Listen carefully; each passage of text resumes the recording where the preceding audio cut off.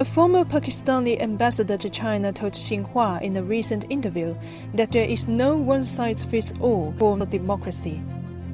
As the world has grown over the years, we have seen that democracy has taken many forms.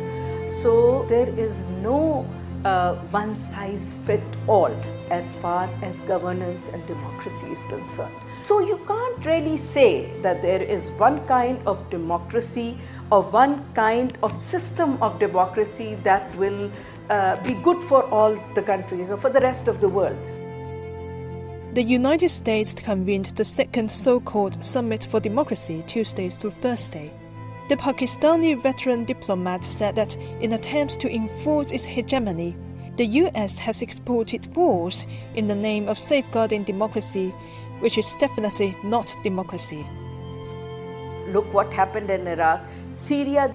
What kind of a democracy allows you to go to another country and change their government just because you have a lot of weapons and you have a lot of money and you're the superpower, you can go and create havoc in the entire world?